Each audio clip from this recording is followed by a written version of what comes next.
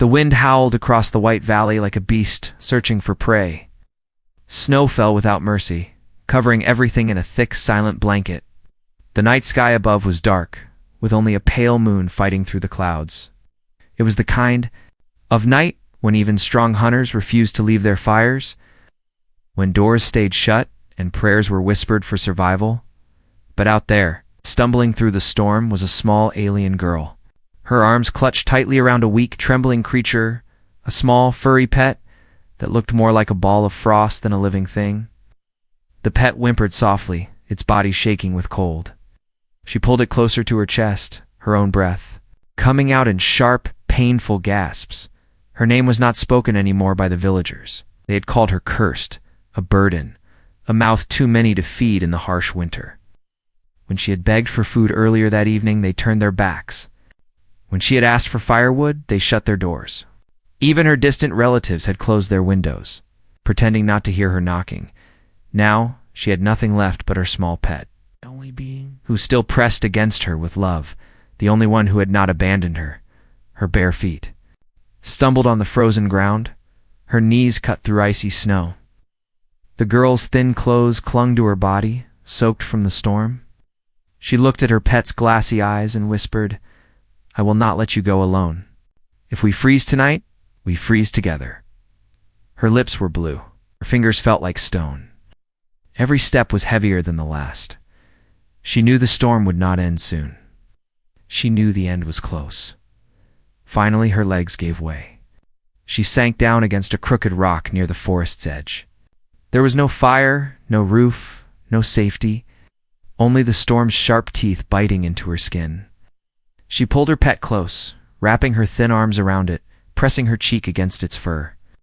She tried to give her warmth, though she had almost none left. The pet gave a weak sound, a final cry, and then closed its eyes. Tears rolled down the girl's face, but they froze before they could fall. Her voice broke as she whispered, "I'm sorry. I tried." The snow thickened, covering her small frame, as if the world itself was preparing her grave. Her eyelids grew heavy. Darkness crept in. She wanted to sleep, just one moment of rest. Maybe in dreams there would be no cold. But then crunch. A sound. A heavy sound. The snow shifted. She opened her half-closed eyes, struggling to see through the storm. A tall shadow moved between the trees. The sound grew louder. Crunch, crunch, crunch. Boots pressing into snow. At first she thought it was a hunter, or worse, one of the wolves that followed storms for easy prey. Fear gripped her weak heart, but she had no strength to run. She hugged her pet tighter, shielding it with her body. The figure came closer. She saw broad shoulders, strange clothing, and a light that seemed to glow faintly from the object he carried. It was not a villager. It was not anyone she knew. It was something else. The stranger bent down, brushing snow. From her face, she blinked up at him, her blurred vision clearing for just a moment. She saw eyes unlike any she had seen before. Deep, human eyes filled with something her people had never given her. Warmth. "Stay awake," the deep voice said. His words were rough but kind, strange yet clear. She did not know his language, but somehow her heart understood. He took off his thick jacket, wrapping it around her and the pet. Warmth rushed over her like fire, shocking her frozen body. Her pet stirred faintly. Its small body pressed safely in the folds of the jacket. The stranger lifted her as if she weighed nothing, wanted to ask who he was, where he came from. But no words formed on her lips. Her head rested against his chest, and for the first time that night, she heard something steady. His heart beat. Strong, warm, alive. Her eyes slowly closed. But this time, it was not from death calling her. It was from safety, from a strange comfort she never thought she would feel, as the storm raged on. The stranger carried her through the snow, his steps strong and sure. Behind them, the valley remained silent, frozen, and cruel. But in his arms, for the first time, the girl and her pet were no longer alone. Somewhere deep inside, she felt it. This was not chance. This was something more. The frozen night had brought her despair. But in the last moment, it had also brought her salvation in the form of a human. The girl woke to the crackling sound of fire. For a moment, she thought. She was still dreaming. Heat touched her skin, gentle but sharp after the freezing night. Her eyes fluttered open, and she saw the flames dancing high, their orange glow fighting back the darkness of the storm. Her pet was beside her, wrapped. Inside, the stranger's thick jacket, its chest rose and fell, weak but alive. She touched it with shaking fingers, tears of relief spilling from her eyes. "You're still with me," she whispered, her voice hoarse. Then she remembered the shadow, the voice, the arms that carried her. Slowly, she turned her head. The human sat near the fire, feeding it with broken branches and dry leaves he had gathered. His clothes were torn in places, the fabric heavy and strange, unlike anything her people wore. A strange light blinked faintly on a device strapped to his arm. His face was rough, tired, but his eyes held a calm she had never seen before. He glanced at her, and for a brief second, their gazes met. She froze, unsure whether to fear him or trust him. But his lips curved, just slightly, into something she had never received from her own kind. A smile. "You're safe now," though she could not understand his words. Still, the tone was enough. She felt it in her bones he meant no harm. The girl tried to sit up, but her legs failed her. The cold had taken too much. She groaned, falling back. But before she hit the ground, his strong hands caught her, placed a piece of bark in her palm, holding roasted meat wrapped in leaves. She blinked at it. No one had given her food for days. Villagers had called her a burden, had turned her away. Yet here was a stranger, not even of her world, offering her something he could have kept for himself. Hesitation filled her. Was this a trick? But her stomach growled, and her pet whimpered with hunger. She tore a small piece, feeding her pet. First, only after watching it eat did she taste it herself. Warmth spread through her chest, more than the fire could ever give. The human watched quietly, as though making sure she was strong enough to eat. His expression softened when he saw her pet nibbling. He leaned closer, pointing to the small creature. "Friend," he asked. She did not understand the word, but the way he tilted his head, the way he gestured it, was clear. Was asking about the bond between them. "Yes," she whispered, clutching her pet tighter. "My only friend." The human nodded, as if he understood without needing translation. He reached into a small pack at his side, pulling out a strange cloth. Carefully, he wrapped it around the girl's shoulders, tucking it tight to keep her warm. His hands were steady, gentle, so unlike the harshness of her own people.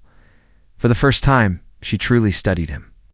His skin was different, his build larger. His hair was short, cut in a way no one from her village wore. Everything about him screamed outsider, yet he seemed more human than anyone she had ever known. The fire grew stronger, lighting up the small cave they had taken shelter in. The girl glanced at the storm outside.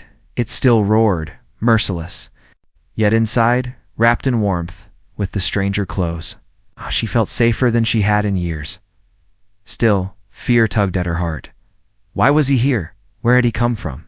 Was he a danger in disguise? She hugged her pet, trying to protect it, even as her body leaned unconsciously toward the fire he had built.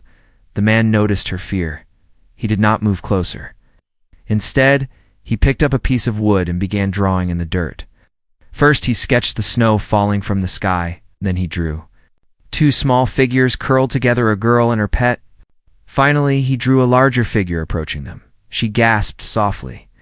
He was showing her what happened last night. She touched the drawing with her finger, then looked at him. He gave a short nod, pointing at himself as if to say, "I found you. I saved you." Her heart pounded. She had begged her own people for help, and they turned her away. Yet this stranger, this human, had carried her through death's grip and lit a fire just to keep her alive. The silence between them grew heavy, filled only by the sound of firewood cracking. She wanted to ask his name, to know more. But she had no words he could understand. Instead, she pointed at herself, pressing a hand against her chest. "Aya," she said softly, giving her name. The human's brow lifted. Then he tapped his chest, saying slowly, "Daniel." Aya repeated the sound clumsily. Neil. His smile widened. For a brief moment, the storm outside vanished from her mind. The cold, the hunger, the pain, it all faded, replaced by a spark of something new. Hope. She did not know who Daniel was or why he had come. But she knew one thing. He was not like the others. He was something different, something her heart wanted to trust. And as the fire burned bright through the endless night, Aya realized this meeting was not fate's accident. Ow. The frozen world had tried to take everything from her, but it had given her this instead: a stranger, a savior, a dumb human. The storm ended by morning. The valley lay silent under a thick white blanket, its trees heavy with frost. Smoke curled lazily from the chimneys of the village, promising warmth and food inside. Aya walked slowly down the slope, her pet held close to her chest, Daniel just a few steps behind. His heavy boots pressed deep into the snow, leaving tracks that looked different from any villagers. Aya's legs still shook with weakness, but she kept walking. Daniel had carried her through most of the night, and though she wanted to collapse in the snow and rest again, she forced herself forward. She knew what the villagers would say if they saw her in the arms of a stranger. They reached the edge of the settlement, where the first houses stood crooked against the cold wind. Doors creaked open as villagers stepped outside. Their eyes landed on a yawn, then widened when they saw him. The whispers began instantly. "Who is that?" One woman hissed. "Not one of us. Look at his size, his face," muttered another. "He's dangerous. Keep away." A man barked, pulling his child behind him. Aya's heart clenched. She had expected doubt, maybe fear. But the voices carried venom, sharp and cruel, the same kind she had heard when she begged for food days ago. Only now, it was directed not only at her but at him too. Daniel stood tall, his eyes calm, scanning the crowd. He did not understand their language, but he understood their tone. Aya glanced back at him, afraid he might react with anger, but he simply placed a steady hand on her shoulder, guiding her forward toward the central square. Her pet whimpered, hiding under her arms. Aya whispered soothingly, "It's all right. We won't let anything happen." They entered the square, where more villagers gathered. The village elder stepped out from the hall, his heavy fur cloak dragging behind him. His eyes narrowed when he saw Daniel. "Aya," the elder said coldly, "what have you brought upon us?" Aya's throat tightened. Her lips trembled, but she forced herself to answer. "He saved me." "He saved Kira," she said, holding her pet up for proof. "We would have died in the storm. He carried us, gave us warmth, gave us food." The elder's face darkened. "And now he is here, standing among us, a stranger. Do you not see, child? He is not one of us. He is a threat." Murmurs of agreement rippled through the crowd. Fear grew like fire. Aya shook her head violently. "No. You left me outside. You all turned away." "He did not." Her words broke, swallowed by emotion. The villagers refused to meet her eyes. Some looked ashamed, others angry, but most looked afraid. They clung to their fear like it was safer than the truth. Daniel stepped forward, raising his hand slowly in a gesture of peace. His voice carried strongly, "I mean no harm." The villagers flinched at the unfamiliar sounds, muttering again. Aya moved beside him, lifting her voice louder. "He is not an enemy. He is human." The word human made the crowd fall. Silent for a moment. Tales had spread for years of strange beings beyond the stars. Some said they were monsters, others said saviors. But no one had ever seen one in the flesh, till now. A child broke the silence, pointing at Daniel with wide eyes. "He's huge," the boy said softly, "but he saved Aya." The elder's jaw tightened. "Even if he did, that does not mean he belongs here. Outsiders bring danger. Always." Aya's chest ached. She turned, looking at the faces around her, faces that once belonged to her people, but now looked more like strangers than the man standing beside her. Her voice cracked as she asked, "And what about me? Am I not danger to you too?" He left. "Me to die. If not for him, I would not be here. Is that what you call safety?" Her words cut deep. Few villagers lowered their eyes, but others shook their heads, unwilling to listen. Daniel knelt beside her pet, stroking its head gently. The villagers gasped as they saw the creature relax, its tiny body pressing into his hand. The act was simple, but powerful. It showed care, trust, humanity. AYA straightened, her voice firm for the first time. "You say he is dangerous? But tell me, who saved me when you would not? Who kept Kira alive when you would not?" "He did. A stranger, a human." The silence grew heavier, but beneath it, fear still pulsed. The elder raised his hand. "Cannot stay here. He will bring trouble. You will see." Daya's heart sank. She looked at Daniel, who stood calm and steady, as though he had expected this from the start. He did not need to understand their words to know he was unwelcome. But Aya knew something the villagers refused to see. This human was different, and though her people whispered distrust, her heart whispered something else, something stronger: trust. The sun had barely risen when the silence of the forest was broken.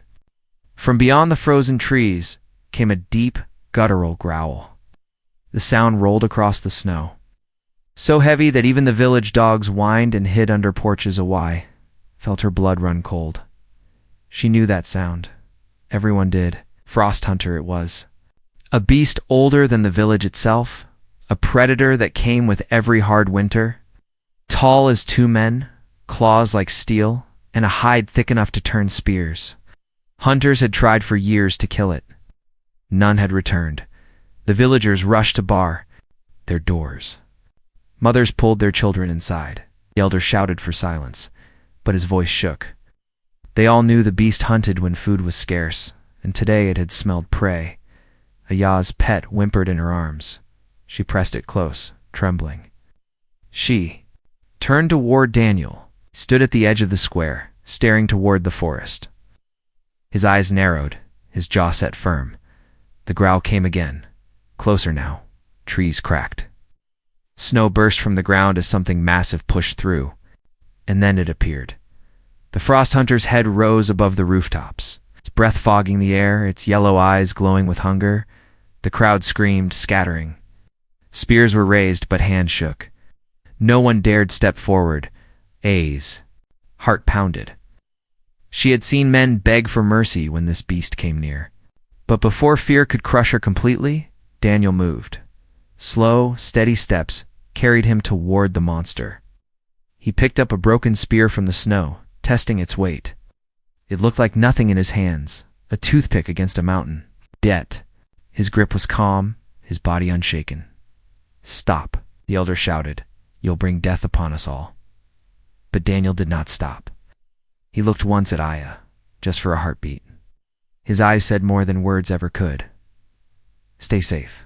The Frost Hunter roared, shaking the ground. It lunged forward, jaws wide. Aya screamed, but Daniel was already moving. He rolled under its swing, driving the spear into its leg. The weapon snapped, but the beast howled in pain. The villagers froze, eyes wide. No man had ever made the monster. The beast swung again, claws tearing through snow. Daniel dodged, grabbing a fallen shield from the ground. He raised it, blocking the strike. The impact threw him back, but he rose instantly, his stance unbroken. Aya's breath caught. She had never seen such courage. He was not fighting like a villager who wanted to survive.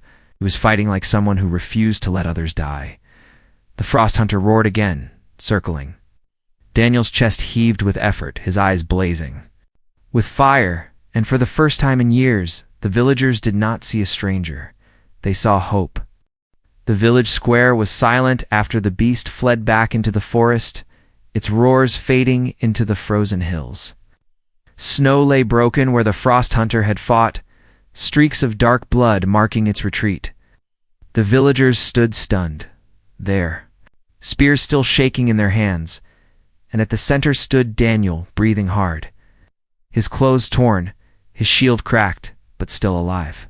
His chest rose and fell with every breath, and in his eyes burned the fire of a man who had refused to fall. Aya rushed to him, her pet still clutched close. You fought it," she whispered, her voice trembling. She touched his arm. As if to make sure he was real, Daniel only gave her a tired nod, then sank down on a stone bench, pressing his hand to a wound on his side. Blood seeped through his strange clothes. Aya's heart tightened. Without thinking, she tore a strip from her own garment and pressed it against his injury.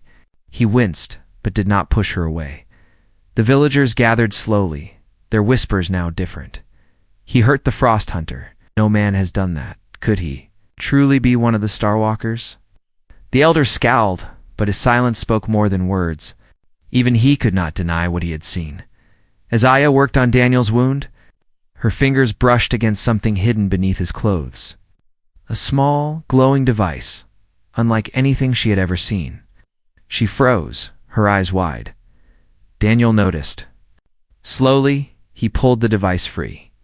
It flickered with lights, strange symbols moving across its surface. He tapped it, and suddenly, a faint projection appeared above it, a map of stars, scattered across the sky. Aya gasped. She had seen stars all her life, but never like this. Here, they moved, shifted, aligned into patterns she did not know. She touched the projection, her hand passing through the light. Daniel's voice was quiet, almost a whisper. He pointed upward, toward the sky, then back to himself. "You came from there?" Aya asked softly, though she knew he would not understand. Yet in his eyes, she found the answer. Her heart raced. The truth struck her like thunder. He was not just a wanderer. He was not a lost hunter. He was from beyond the stars. The villagers murmured in fear, some stepping back. "Outsider, alien," they muttered. But Aya saw something else. She saw the man who had carried her through the storm, who had lit a fire when she was ready to die, who had stood alone against the frost hunter. Not a threat, not a monster, a savior. She pressed the bandage tighter on his wound, her voice steady now. "If you came from the stars, then maybe you were sent here. For us," Daniel met her gaze. For a moment, there was no storm, no fear, no whispers only. The spark of understanding between two souls who had found each other in the cold. Asterisk night fell heavy over the village, the sky glowing pale with the reflection of snow.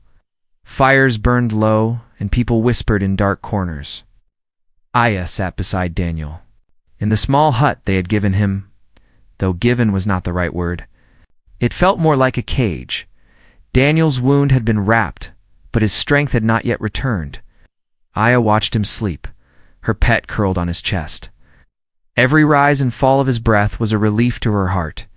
She wanted to believe the village had finally seen what she saw in him. But the air outside told a different story. The whispers had changed again. He is too strong. He will bring others like him. If he stays, we will lose everything. Aya pressed her hands to her ears, but the words still crept in. Fear was louder than truth. She did not notice the footsteps until it was too late. The door creaked. Open figures slipped inside, shadows carrying spears and knives. Their faces were half hidden, but she recognized the men who had once shared bread with her father, women who had once carried water with her mother. Now their eyes held only fear.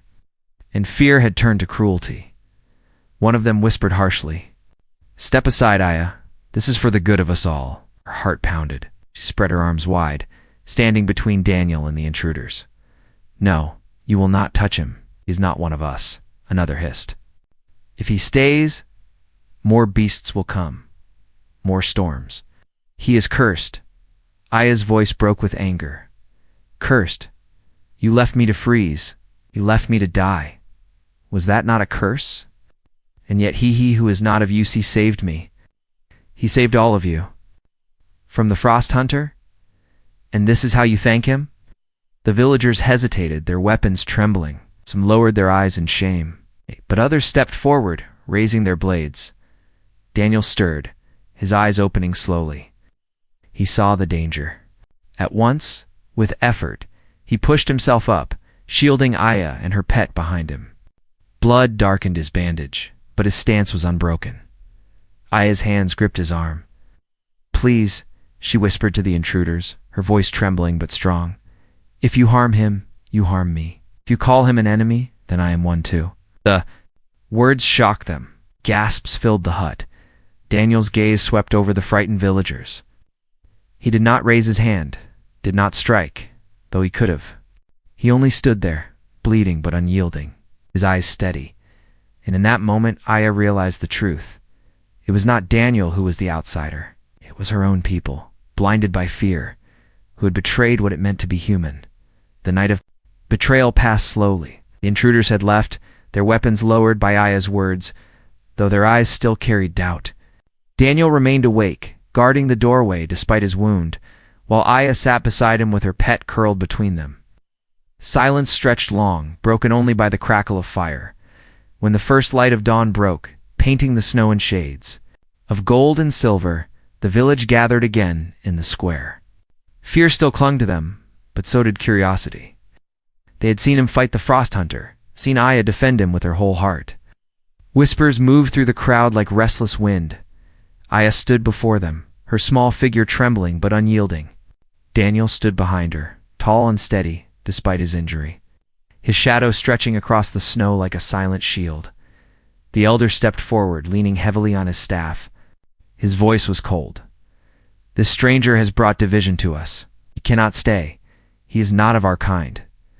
Aya's voice cut through the morning air, louder than it had ever been.